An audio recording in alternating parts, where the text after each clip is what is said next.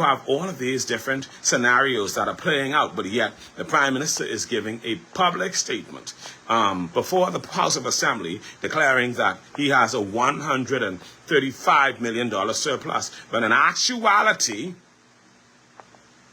he has a $2 million deficit, which means he told a $137 million lie. You understand what I'm saying to you? But I don't believe that the Prime Minister is the one sitting down to the calculator, tapping and putting these numbers in.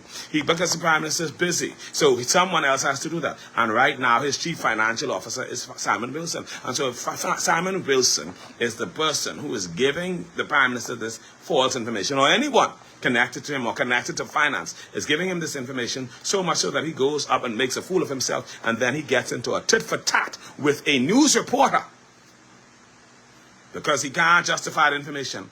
He needs to fire them. The Prime Minister needs to start protecting those persons who are failing, start protecting those persons who are incompetent, start protecting those persons who are causing him to look foolish. You understand? Because they don't care. When he's gone, they're still there. A lot of them still holding office. You understand? If Simon screwed up, fire Simon, whoever it is. And that means the next person who takes office will know that, you know what?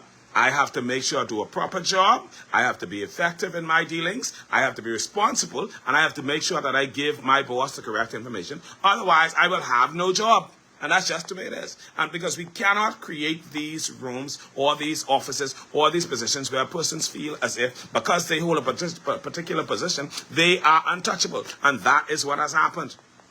You understand what I'm saying to you? And so the Prime Minister, Simon Wilson, could give the Prime Minister some garbage. Give him some information, whether it's him or whoever gave this information. And they can get away with it because only the Prime Minister looks foolish. Nobody else.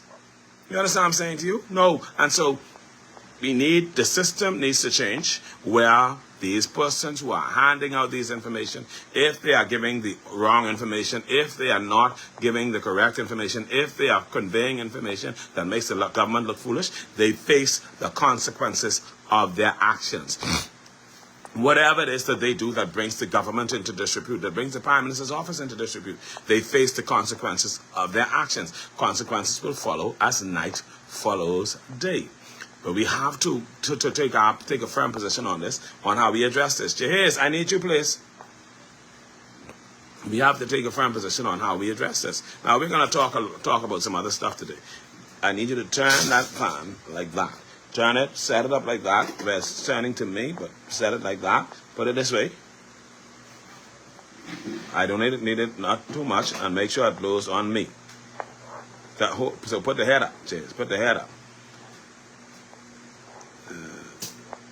Up some more. There you go. Now pull it in just a little bit closer.